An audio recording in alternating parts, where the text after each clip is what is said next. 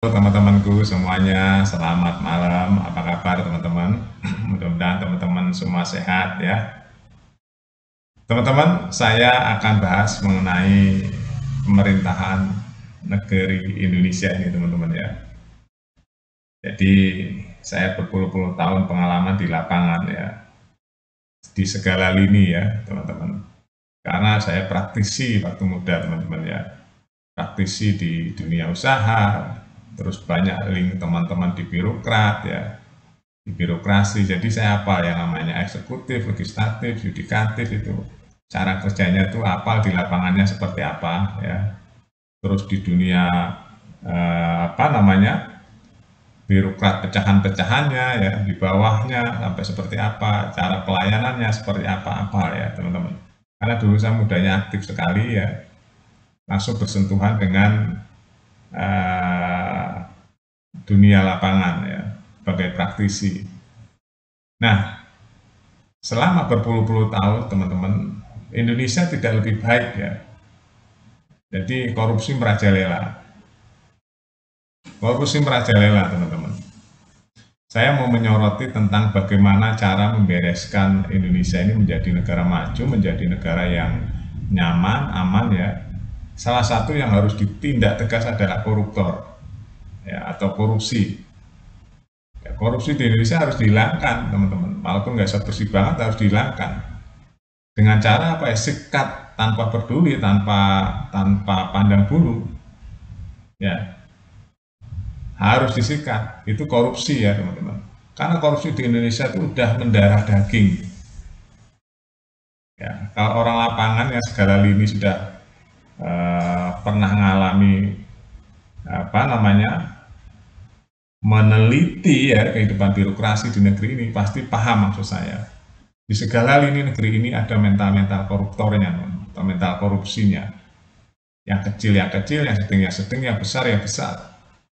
Jadi segala lini, jadi udah menggurita korupsi ini. Ya, ibarat gunung ya gunung es gitu ya. Ya, jadi teman-teman, karena gaya hidup masyarakat Indonesia yang hari ini banyak hedonis, jadi menyerempet atau mempengaruhi gaya hidup orang-orang yang seharusnya membersihkan korupsi. Jadi ikut-ikutan korupsi. Itu bukan rahasia ya, kita lihat aja lah ya, banyak DPR yang tangkepin, banyak pegawai-pegawai eksekutif yang ditangkepin, bahkan pegawai atau penegak hukum ya yudikatif itu banyak yang tangkepin hari ini. Hakim yang notabene-nya wakil Tuhan aja korupsi teman-teman. Korupsinya nggak kecil-kecil, gede-gede, bermiliar-miliar. Ya, di negara lain yang negara yang bersih, korupsi 50 juta, 30 juta aja udah langsung dipecat, dihukum berat. Di Indonesia korupsinya sekarang bukan puluhan juta lagi, bermiliar-miliar. Bahkan ada satu orang punya uang 1 triliun tuh, petinggi hakim, petinggi Mahkamah Agung. Ya, coba itu maklah kasus teman. Itu baru gunung es loh itu teman, gunung es. Jadi kalau untuk memberesi Indonesia itu salah satunya bersihkan mental-mental korupsi. Caranya ya Pak, tindak dengan pandang bulu, bersihkan semua, dihukum yang seberat-beratnya, sita hartanya, udah miskinkan biar dia hidup miskin. Biar dia tahu merasakan orang miskin yang harus menikmati kemerdekaan ini, akhirnya nggak menikmati karena banyaknya koruptor di negeri ini. Ya itu bukan rahasia umum teman-teman ya, udah di pelayanan negeri ini tuh kalau yang biasa aktif ya, dia tahulah seperti apa di segala lini teman-teman ya. Jadi harus dibersihkan mental-mental korupsi di negeri ini. Caranya gimana? Ya Presiden Prabowo yang harus ngambil tindakan tegas, dirumuskan gimana caranya supaya korupsi ini hilang dari negeri ini. Ya, harus hilang dan harus tindakan tegas banget, nggak ada istilah main-main. Nah, itu baru salah satunya ya.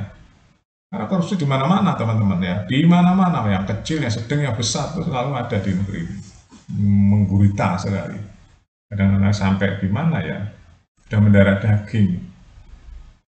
Nah, itu butuh presiden bersih, benar-benar bersih dan tegas. Kalau enggak akan selesai itu korupsi ya. Terus banyak lagi ya, sekolah-sekolah tuh ya, kualitasnya harus benar-benar dibenahi ya. jangan mahal ya, supaya rakyat Indonesia yang mempunyai otak bagus, nggak punya uang bisa kuliah. Ya, sekolah murah, khususnya sekolah yang wajib ya, SD sampai SMA itu, SMK itu ya. Pokoknya gratis, mau negeri mau swasta itu kalau bisa gratis sudah. Ya, disubsidi oleh pemerintah, ya swasta, supaya rakyat Indonesia itu sekolah semua, minimal SMK lah, SMA gitu ya, minimal tuh. Nah, terus nanti perguruan tinggi jangan mahal-mahal. Ini yang sekarang menurut orang orang yang menengah ke bawah kuliah berat sekali teman-teman biayanya hari ini. Ya, itu supaya ada perubahan hidup tuh ya. Terus, nah ini yang saya suka nih ya sama pemerintahan yang sekarang nih. Dia fokus untuk membangun swasembada pangan. Ya, sekarang diciptakan 1 juta hektar ya lahan, ini saya suka nih. Nomor satu sandang, pangan, papan ya, pangan ya. Terus sandang ya, sandang itu pangan, papan ya, perumahan atau lahan ya. Itu harus benar-benar dipikirkan pada rakyat Indonesia supaya ada aktivitas ya yang menghasilkan. Kebutuhan dasar lah ya, kebutuhan dasar. Jadi kalau orang Indonesia yang saya tahu nih ya teman-teman, karena saya peneliti sosial, jadi masih banyak loh orang hidup susah yang nggak terjangkau oleh subsidi. Masih banyak teman-teman. Dia karena dia juga diem nggak ngomong juga masih banyak teman-teman saya di lapangan nggak tahu. Orang yang gray area atau yang eh, apa rentan miskin ya, rentan miskin itu banyak sekali di negeri ini hari ini. Apalagi karena daya beli masyarakat turun. Harus dipikirkan dulu ya dengan cita-cita kita kan untuk Indonesia emas tuh. Jadi Presiden Prabowo masih banyak tugas nih. Yang pertama korupsi lah habisin dulu. Korupsi habisin dulu ya. Dan pertumbuhan ekonomi harus digenjot juga nih, gimana caranya. Terus setelah pangan energi. Energi supaya nggak mahal gimana? Dengan kita kan sumber energi banyak, ada cahaya, ada matahari, energi bio yang sekarang sedang digalakkan ya. Nanti dari kelapa sawit, supaya murah, supaya masyarakat tuh nggak terlalu tekan juga dari energi. Itu harus cepet tuh. Kemerdekaan benar-benar dinikmati oleh masyarakat Indonesia, khususnya masyarakat yang kecil, yang lemah. Masih sekarang masih berjuta, berpuluh-puluh juta rakyat Indonesia memikirkan kebutuhan harian aja masih pusing. Di lapangan itu seperti itu teman-teman. Hari ini makan apa, nyarinya hari ini. Masih banyak berjuta-juta rakyat Indonesia seperti itu.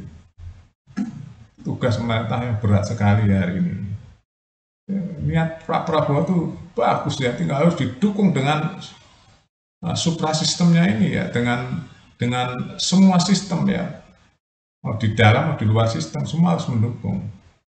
Khususnya ya 3 itu ya, sandang, pangan, papan tuh gimana tuh untuk rakyat Indonesia supaya menikmati kemerdekaan ya, bukan hanya dinikmati oleh segelintir orang saja kemerdekaan RI ini. Seluruh rakyat harus menikmati, khususnya ya pendidikan gratis, ya, kesehatan gratis. Gimana caranya? Pikirkan ke negara. Oke itu aja teman-teman ya, opini saya apa adanya hari ini tentang gebrakan Presiden Prabowo. Bagus ya, kita tunggu saja kontinuitasnya, konsistensinya ya, dan hasilnya nanti seperti apa, kita tunggu. Terima kasih teman-teman, update terus berita-berita terbaru di Buat Makan TV. Sampai jumpa.